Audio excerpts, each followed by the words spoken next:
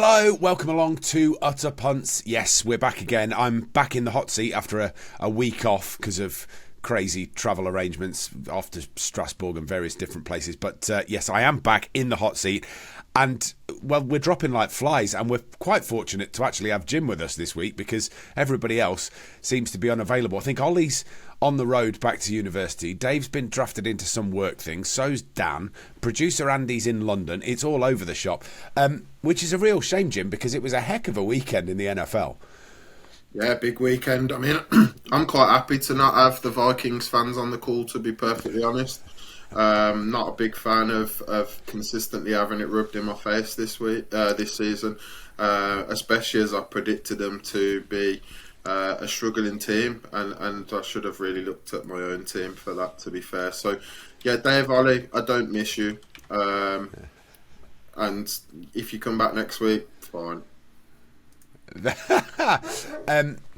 Even the dog thought that was funny. Let's talk first, shall we, about what was the biggest game of the weekend, not just in terms of the quality of the football that we saw, but in terms of the TV figures. It was the biggest TV figures for an NFL game since 2008, a regular season game, if you don't include Thanksgiving and Christmas. Bills Chiefs, and well, it gave us everything that we hoped it would give us, Jim. Yeah, I mean, was it 34 million people watched that game or something like that? And yeah, it was what we'd hoped it would be. You know, two of the top 4 or 5 quarterbacks in the league pretty much showed out, and yeah, the Bills finally won one. I think is probably what we can take from that. Josh Allen dominated. The Chiefs have been living dangerously for a few weeks now. And that's been against some of the less, not some of the lesser thought of teams like the Broncos and things like that. But this week, ultimately they could have won the game, which is the ironic thing. But yeah, their perfect season went. Yeah, which as you say, I think was on the cards, but it needed a performance from Josh Allen and the Bills to get it there. It was 31.8 million people in the US alone, so that's not including the worldwide audience that will have been watching that too. So an absolutely astronomical number of people with eyeballs on this. It means that the Mahomes-Allen rivalry is now tied at 4 apiece as well, if you include the playoffs. So and I think when you add it all up, there's only 2 points difference between them over those 8 games, which just goes to show how much of a fierce rivalry it's been over the last few seasons.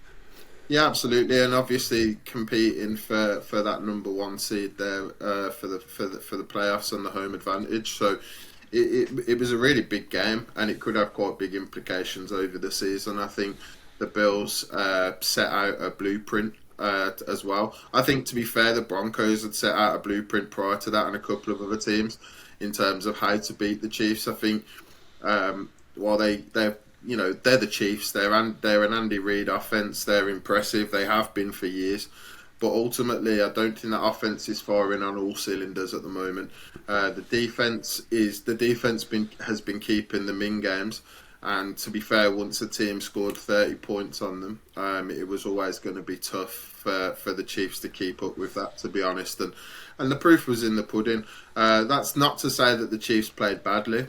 I think if you just look at the talent across the rosters, on paper, the Bills are probably a better put-together team than the Chiefs are at the moment. And that's just the nature of the beast in terms of having a 40 million quarterback and a 20 million tight end and everything else that you chuck in there in between. So, yeah, I mean, it was I think it really showed the length and breadth of the requirements in the NFL, and that's what was really good. And I mean, if it was anyone's first time watching a game, that would, if someone said to me, can you recommend a game to get me into the NFL? You definitely go for the Chiefs and the Bills.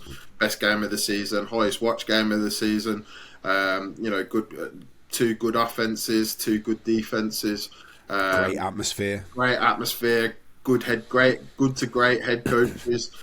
So yeah, I think it was what it was supposed to be, and they delivered.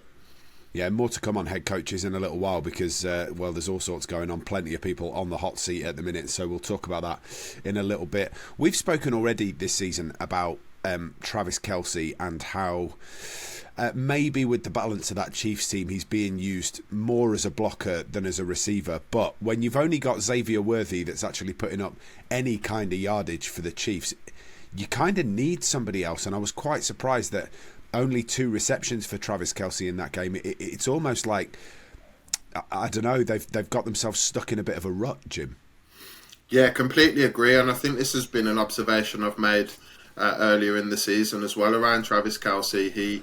A lot of the Chiefs' offense is coming through the run game and a retread on Kareem Hunt, which, to be fair, has worked out really well for them. And having watched him on the Browns for a couple of 3 years now, this for me it was somewhat unexpected. He looked like he'd lost a bit of a step. He looked heavier in Cleveland. He was running behind probably arguably at the time a better offensive line in Cleveland. But that just hasn't that hasn't mattered when he's got to the Chiefs, and I think he's been dominating their offensive output. And as a result of that, Travis Kelce has been required to run block, and as much as people love or loathe Travis Kelce, I don't think one thing he would say about himself is he's a top level blocker. He's functional, but I don't think it's really in his wheelhouse to do that. But again, the guy's 34 years old. We're starting to see his targets diminish, and that's without the talent on the roster. I mean, Xavier Worthy, how the league allowed him to fall into the Chiefs' lap in the draft is criminal. To be honest with you, he reminds me of a young Tyreek Hill. And I think next year is probably the year where he's really going to take off, because I think he's running some fairly simple route concepts at the moment because of his college transition. But ultimately, yeah, Travis Kelce, look, he's still a top 3 tight end in the game, probably top 2, potentially top 1. But that role's just diminishing a bit. And the Chiefs' offense, if you're going to run the ball, is it wasting Patrick Mahomes a little bit? That's the only negative you could say.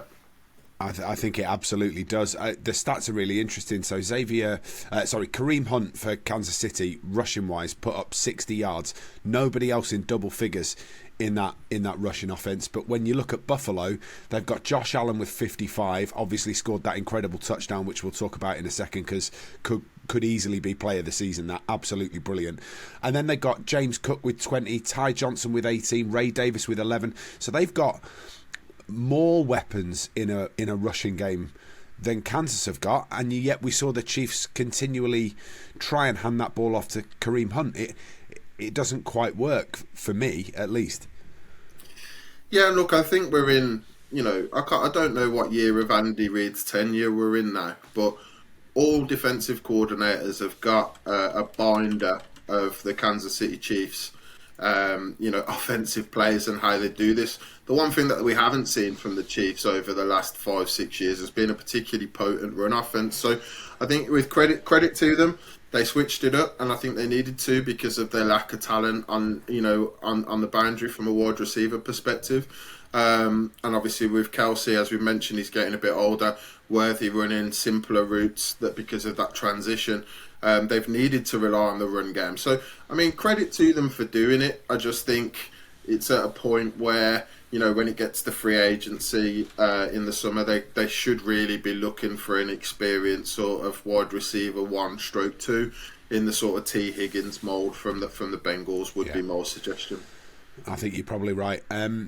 We're into the 12th Andy Reid season as head coach. 12? No way. Yeah, 2013 it was.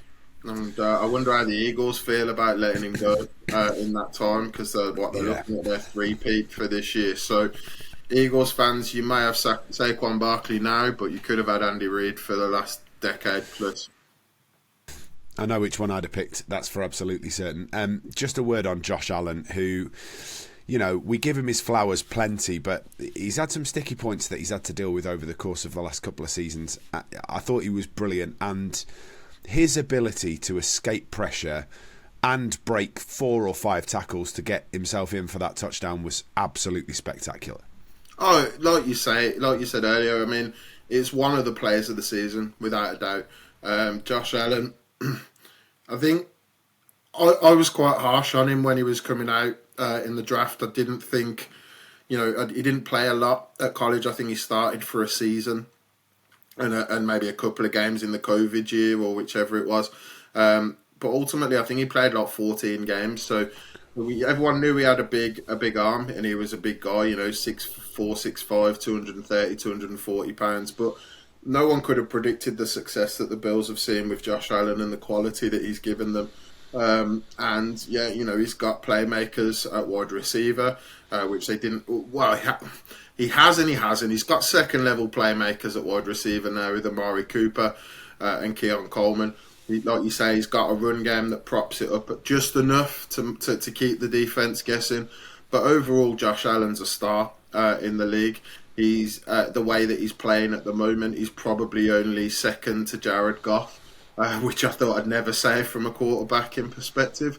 But to be fair to Josh Allen, he's been that guy for the last 3-4 seasons in a row. Just sometimes there's still those head scratching mistakes, but those seem to have been eradicated now, and he's really pushing on. But that play itself, noticing the gap in the middle of the defense and the way he runs, he just seemed to glide past those Chiefs defenders. And he made them look really bad and really ordinary. And I don't think many people have. Well, I don't think anyone's done that to the Chiefs. And I think that was really the nail in the coffin for them because it just showed how much extra Josh Allen's got in the tank, and he really went. In like I say, it was just mesmerising watching him go through and just destroy that defense. If you haven't seen it yet, go back and watch it because it's absolutely brilliant, really, really good. Before we move on, just from me, a little special shout out to Brandon Codrington, who special teams, baby, just get it right. Punt returns, kick returns, he was absolutely fabulous. Something like 80 yards that he made on punt returns and kick returns, absolutely fantastic, and it makes a massive difference, Jim. Massively underrated part of the game, especially this season with the changes to the rules, and obviously we're seeing far more kicks returned than we have in the last decade in the NFL. So, and that's both punts and kickoffs. But if you can get your special teams right, it's and put your team on the 30, 35 consistently. Then that gives these playmakers that ability to really go out there and win the game. And that's why in certain situations you're seeing really high scoring games for those teams that have figured out the special teams pieces, whereas those teams that are maybe struggling or don't have the quality on the coverage units and things, they're the ones that are stuck in the less than 20 points per game sort of bracket. So yeah, special teams is making much more of a difference this year than it has done for, I'd say, at least the last decade. Been really good to watch as well. Right, that's it for Chiefs and Bills. We will move on to what on earth is going on at the New York Jets after this. Here at Utter Punts, we love watching the NFL with friends, and in our opinion, there's no better place to grab a bite to eat and watch the NFL than Beer Keller in Manchester. Whether you're grabbing a bratwurst or smashing through some wings, there's loads of HD screens and a superb choice of drinks behind the bar too. Most importantly for us though, the people are brilliant, like-minded NFL fans who want to enjoy the game and have a laugh. It's definitely one of the best venues to watch your favourite team in. Yeah, welcome back to Utter Punts, and yeah, as I suggested, it might be time to start having a little bit of a dig as to what's going on at the New York Jets, because, Jim, well, to coin a phrase, it's a cluster at the minute.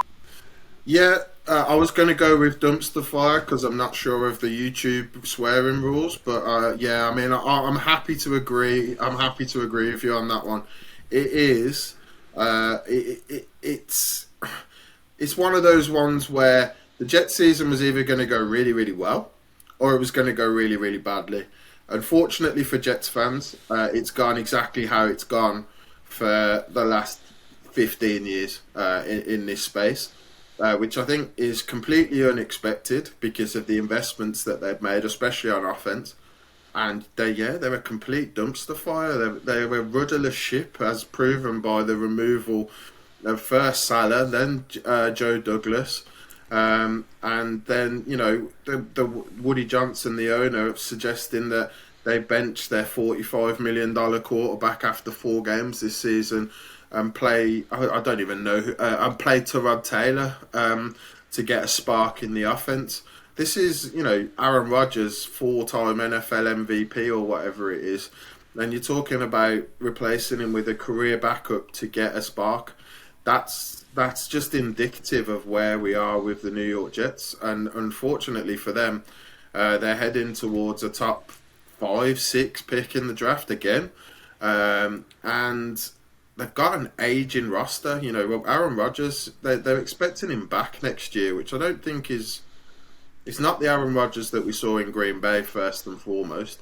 And is that a good thing? Is it a bad thing? I mean, if the owner wanted to bench him after 4 games, I'd suggest it's probably a bad thing, and that just a cluster, as you politely put it. The owner getting involved always fills me with fear, because they're the money guys. They're the guys that are funding it. They're the guys that are running it. They're not the football guys. 9 times out of 10, these are old white dudes that actually have no real concept of how to play football. And I think when you look through some of the Jets media over the last week or so, they've all been saying the same thing, and that's they really, really need Woody Johnson to put somebody in position and then just get out of the way. Completely agree. But the one thing that we need to bear in mind is these old white dudes are multi-billionaires who have had it all their own way. Since whether they're self-made or whether it's inherited, it doesn't matter. So you see it across, we see it in the Premiership, we see it across other sports where the owner just gets it. I think the Jets could be thankful that their owner's not on a level of David Tepper at the Carolina Panthers. But I don't actually think Woody Johnson gets in the way maybe as much as people suggest that he does. I think a lot of these decisions were based on the previous coaching staff and front office. But yeah, ultimately, whoever they're going to bring in with Woody Johnson saying he wanted to bench Aaron Rodgers after 4 games, who do you bring in as a head coach for that? Do you bring an Aaron Rodgers supporter in? Do you bring an Aaron Rodgers detractor in? So they side with the owner? Because if they don't side with the owner, the odds are that the Jets are going to be looking for another head coach in 2 years, like they are every 2 years, because there's very little alignment. And agree. Has the NFL lost Bill Belichick's phone number, out of curiosity? Possibly. You don't see him linked with anything, and surely if you're the Jets, he might be the answer to get you out of jail. I'd be on the phone to Bill Belichick. He's got a proven record with an aging starting quarterback who's prolonged his career. And I think the piece that soured the NFL on Belichick was the amount of power that he had with the Patriots and how talent deficient they are in the NFL this season, since his first year since he's gone. So I think that's probably where, he was the de facto GM for the Patriots as well as the head coach. And some of those second round picks over the last 10 drafts or so, people have been going, that guy's a 6th or 7th round talent and you're taking him in the second. So I think there's a little bit of, this groupthink sort of piece on it where, people read a little bit too much into the media and a little bit too much into what people are grading, and people aren't looking at what Belichick's body of work is.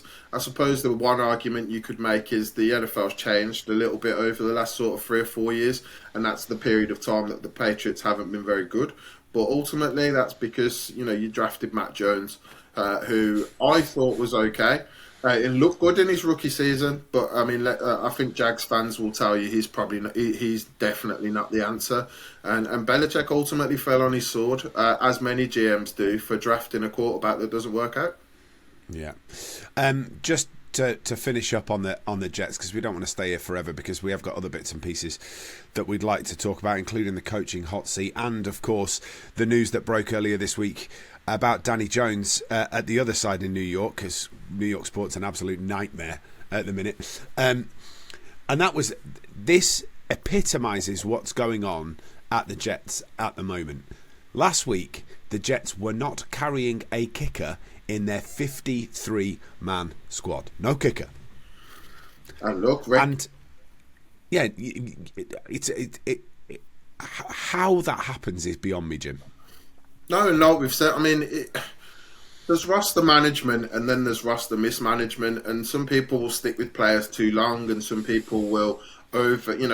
You can see some teams are heavily balanced on the offensive side or heavily balanced on the defensive side, but ultimately, every team has 3 spots for a kicker, a punter, and a long snapper. If you've mismanaged your roster to the point where you don't have a kicker on your on your 53, that's probably why Joe Douglas is out of a job before the end of the season, I would suggest, because GMs are not normally blamed in season for team performances. Head coaches get fired all the time, but I can't remember the last time a GM got fired mid-season, especially after you've changed your head coach 2 weeks prior to that. So not carrying a kicker is it's a criminal offence, and your kicker is supposed to be your bread and butter to a point. That they're regularly the team's second, third top scorers, just from what they do. You take 6 steps and you put it through the posts, and it is what it is. But to not have that position settled is criminal. So yeah, that's why Joe Douglas doesn't have a job. It's absolutely crazy, and sort of just gives you a bit of an insight into what on earth is going on at the Jets at the minute. Just briefly over to the other side of New York, and the Giants. And this is big news as well, I suppose, for a lot of people that will be listening to this podcast, because the Giants are such a big team over here. They've dropped Daniel Jones, and I think the franchise has finally caught up with how the general public was feeling about Danny Jones, and now they've made the call. They've benched him as their starting quarterback, and then the spin started. But essentially, it's going to be Tommy DeVito in to replace him, and I'd like to say he can't do any worse, Jim, but I'm not sure that's entirely accurate. I don't think that's accurate. I think the Giants are in pretty much tank mode now, I would suggest, so that they can better their pick in the draft to get Daniel Jones' successor. They're protecting themselves from a $23 million cap hit, because they can get out of that at the end of the season relatively scot-free with Daniel Jones, provided he passes his physical in March at the start of the league year. So it's definitely a money piece. The benching, well, it's not even a benching, it's a demotion. And I saw yesterday he was taking 4th string quarterback snaps behind. Worse than that. Today, there has been 18 minutes ago, there was a tweet that came out from New York Giants sort of media that he's been playing scout team safety today. Wow. And and this is, look, we haven't got an array of MVP and former MVP quarterbacks rolling through the New York Giants at the moment. We're talking about Tommy DeVito, who wasn't a terrible, as an undrafted rookie, did okay when he came in last year, looked fine. Number 2 is Drew Lock, who is not impressed with the fact that he was passed over to start as a quarterback, which I think is fair to him. Ultimately, this season with the Giants is going to cost Drew Lock, some career earnings, because he should have been the next man up, but he's not. And then ultimately Tim Boyle, who, if anyone's sitting there going, "Who's Tim Boyle?" You're not alone. I didn't realise Tim Boyle was still playing until I saw that Daniel Jones was taking 4th string snaps yesterday, and now we're at a point where scout team safety. I'd suggest that safety is a somewhat dangerous position, so it's probably not the brightest thing to do is to be trotting him out on the on defense as a scout team safety. And what happens if he tears his ACL? Then that's a $23 million. You're trying to embarrass Daniel Jones, it cost you $23 million. So probably not something I would have rolled the dice with on that one. But yeah, let's talk about New York as a whole. I mean, who'd want to? If you're a player in free agency, or if you're a player in the draft, who'd want to be in New York at the moment? Outside of it being New York itself and the city, it's great. If you've been there, it's a lovely place to be. but like the media eat you alive, and the Yeah. coaching is been bad for years. Brian Daboll's. We'll talk about the hot seat in a minute. Brian Daboll's is probably on one of the hottest seats in the league at the moment. So Which is weird because 12 months ago we were saying the opposite about Brian Daboll and how well he'd done, and unfortunately it's all gone sideways for him. I absolutely agree with you. He's got to be in the hot seat. I think what's even worse is when you start digging into what's happening. Dexter Lawrence has come out publicly and questioned Brian Daboll's decision of removing Daniel Jones from the quarterback position. Now, although on the surface that's not really a big deal, what it does hint at is that they're not particularly together, and they're certainly not together behind Brian Daboll. absolutely, and I think you could make that point of most 2-7 or 3-7 teams across the league. To be honest, there's rumblings about plenty of other coaches who've got that record. Two of them have already been fired. With the Saints and the Jets. So look, I mean, it's not uncommon for players, especially highly paid players, to blame their coaching when things aren't going well. The problem is, you know, if a coach can get out of that by stringing a couple of wins together. Is Tommy DeVito that spark for the Giants? Is that the one missing piece from their offense that's going to really turn them around? I don't think so. I don't think that the Giants are set up for any quarterback to succeed at the moment. Outside of Malik Neighbors, they haven't got a lot to throw to. The offensive line's a mess and has been for years. And it's, you know, you go over to the Jets. The Jets are in a similar place too. You know, they've got 30-year-old Devontae Adams as their top choice now, who's caught about 12 passes since he's been traded from the Raiders. So ultimately, neither New York team set up for immediate success. It's going to be a bit of a tough turnaround for them as well. So I mean, as you know, the Jets have already going to replace their coach. As I said, I expect the Giants to probably be in a similar position, cleaning house, especially after some of the hard knocks pieces, and saying that they weren't that bothered about keeping Saquon Barkley. So I think ultimately, you know, New York's going to be a completely fresh start for both teams, and you just sit there and go, you know, it's a big job. It's a big, you know, it's big money. It's a big city, big market. But would you really want to be there? And I'd look at that and go, there's going to be far more attractive head coaching jobs available, where the rebuild is at least somewhat underway. You know, the Jets aren't acknowledging they need to rebuild, and the Giants just been treading water for years. So yeah, it's a tough one. Daniel Jones. Don't really think he was as big of a problem as some people would have you believe. He had a penchant for throwing sideways instead of forwards, which is always a problem. But you've got to bear in mind who's calling the plays and what plays are being called, and they're trying to call those plays to his skill set. And I think in some cases he delivered on that. In other cases, he didn't have the supporting cast to do that. But is Daniel Jones a starting quarterback in the NFL going forward? Probably not. No, I agree, and I think when you start looking up that chain at the New York Giants, that I think Joe Shane's job is on the line as well for GM, so we'll just have to wait and see exactly what's going on. We are going to be talking more about potential job losses in the NFL next, after this. If you're anything like us at Utter Punts, we love the fantasy games surrounding the NFL, but sometimes they're a bit too focused on their American audiences. That's why we were blown away when the Fantasy Game Day app rolled into town, a weekly fantasy game with player values in pounds totally dedicated to the NFL's UK audience. There's insights and analysis and plenty of opportunity to compete with your friends, but the best bit, weekly cash prizes. Use code PUNTS when you sign up for a free entry after you play your first week. Welcome back to part 3 of Utter Punts, where we promised you that we were going to be talking about the coaches that are in the hot seat, the managerial, exactly the place that you don't want to be. And that's because in the last couple of days, we've seen the hot seat rankings come out from the likes of CBS and Pro Football Network, etc., etc. So it's a good opportunity for us to have a little bit of a chat about where we're at. Who do you think is the number one name on both lists, Jim?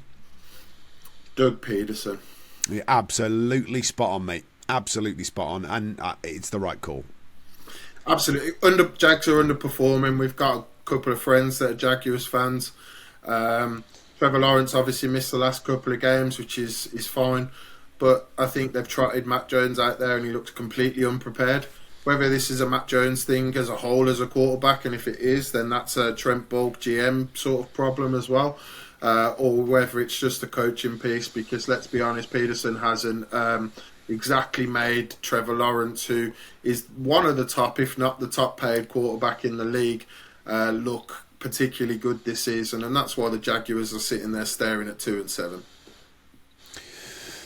The other names that are common on both are Antonio Pierce, Matt Eberflus, and Kevin Stefanski.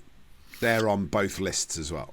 Yeah, Eberflus for me is probably number 2 in terms of where they're at.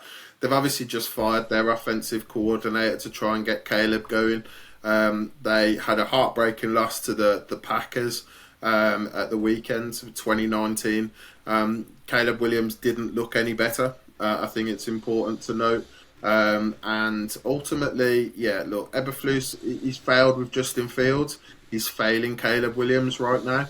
And the GM that's in place at the Bears as well has failed that team as a whole by just, it's great having maybe the top trio of wide receivers in the league in Keenan Allen, Rome Duns, and DJ Moore, is it? That's that's great. But if you can't block your quarterback for your quarterback for more than 2 seconds of play, then ultimately it's pointless. And we've seen Rome Duns being relegated to running, playing in the slot and running quick slants for 7 or 8 yards gains here and there. So, look, Eberflus is just based on what's been put into that team and what the expectations were, and Caleb Williams being a generational quarterback on a lot of people's lists. Eberflus is, for me, he's a goner at the end of the season. And it's weird because I would have put Antonio Pierce at number 2 for me, because I don't know what is going on, but some of the stories coming out of the Raiders, some of the stories about falling out with players, some of the stories about just not being together or on the same page, some of the stories are just absolutely horrendous. And those stories only start coming out when things are pretty much lost. Absolutely. And Mark Davis, the Raiders owner, is not the most patient of people. I think Pierce is. Having said that, we need to attribute some blame to their off-season strategy. They went out and acquired Gardner Minshew. I think was probably the ideal was supposed to be. He was supposed to be a backup this season. With them drafting a sort of top high-end prospect. It didn't work out that way. They took a tight end in the top 12 for the second year in a row, which was a proper head-scratching move for me. Just disjointed is the theme of the Raiders. They haven't got any, I suppose one positive, they haven't got any worse since they traded Devontae Adams to the Jets. But ultimately, they're just not together, and you can't, when you start looking at these teams, and we've mentioned the two coaches already, you start to struggle to see where their next win's going to come from, and that's very much the boat that we're in with the Raiders and Antonio Pierce. Yes, they might sneak 1 or 2 in before the rest of the season, but we're fully expecting a 4-13, 5-12 season out of the Raiders. And then with all this discontent that you've mentioned that's coming out in the media, that's a recipe for the head coach to go and the owner to just sit there and go, I'm just going to start afresh, especially if there's options available. That being said, I think Antonio Pierce still has a job to do in the NFL. I'm just not sure it's as a head coach. I think we'll probably see Antonio Pierce go back down to being a DC, and that feels like the right kind of level for him. 100%, and I think this is the thing. It's the same issue with Gerard Mayo at the Patriots. It's the hot name. It's the hot coordinator name season after season, and some of them pan out well and go really well. Some of them just don't, because they're not head coach material yet, or they might never be.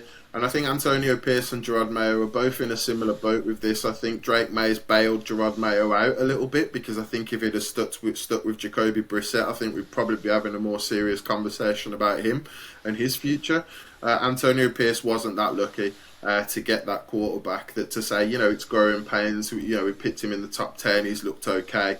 If they'd have picked Michael Penix Jr. or someone like that, then they could have at least sold that to the fan base that they're moving in the right direction. Instead, you're now staring down the barrel of a top 5 pick, a rookie quarterback. We've seen some rookies have success this season, and we've seen other highly touted rookies not. So, we've got the Jaden Daniels, Caleb Williams split, Bo Nix, Drake May. Some of them are going well, some of them aren't going so well. So I think it's just that, it's a difficult one to look at, and it ultimately pushes everything back by a year when you're rolling out a rookie quarterback to start. And some owners aren't that patient if they feel the rest of the roster is up to scratch. Having said that, the Raiders roster's not up to scratch. The defense isn't what it was last year when it was playing for Pierce, and the offense. It's just got holes over it.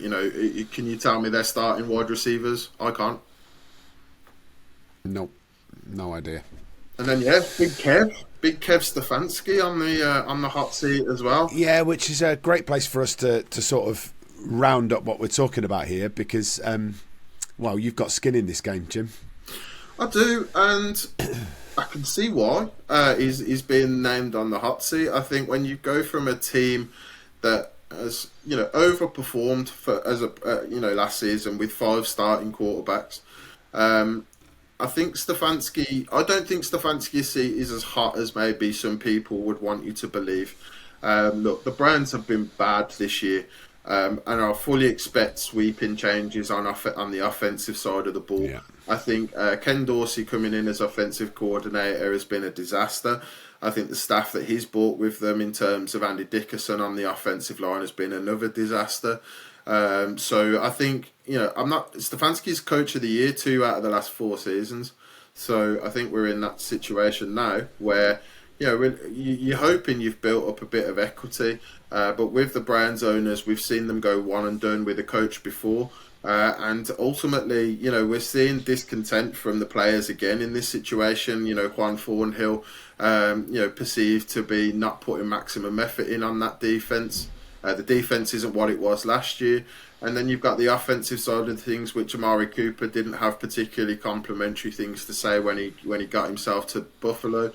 So yeah, I think it's a difficult pill for people to swallow. It's a difficult pill for me to swallow. It's hard to watch those games at the moment. It was harder to watch those games at the start of the year with Deshaun Watson. At least Jameis Winston gives you a little bit more at quarterback and more interesting. Either guy can actually hit open receivers who are standing 5 yards away from him as opposed to Watson. So that's an improvement. But ultimately, we're looking at... It's mad to think that the Browns are paying the price for not bringing Joe Flacco back. Yeah, that's absolutely insane. I think after the bye week, there was an opportunity to regroup. Maybe they have, maybe they haven't. We'll wait and see. But after next Sunday's game in New Orleans, Steelers twice, Broncos, Chiefs, Bengals, Dolphins, and Ravens. Well, we just played the Saints, and we got we matched the Saints for 3 quarters, and then absolutely just packed it in. Capitulated. For the 4th quarter. Conceded 21 straight points and got blown out by a team that that yes, they beat the Falcons the week before, but prior to that hadn't won a game in 6 weeks. And when you're coming out of the bye week, you're hoping to have fixed some of your issues. The offensive line's been an issue all season. The offensive play calling, I don't think you can actually blame the offensive play calling for the loss in New Orleans. Look, Jameis Winston put up 400 yards and 2 touchdowns with no interceptions. It's the defense. Watching we made Taysom Hill look like an NFL MVP in that game. He broke some records, which players regularly do against the Browns. It's just the perils of being a Cleveland Browns fan. But ultimately, we've got the Steelers. It's the Steelers tonight, and it worries me. It could be, we've got no starting left tackle again. Jedrick Wills, after his business decision that he made to not play, now he's actually injured and can't play, and DeJuan Jones broke his leg against the Saints.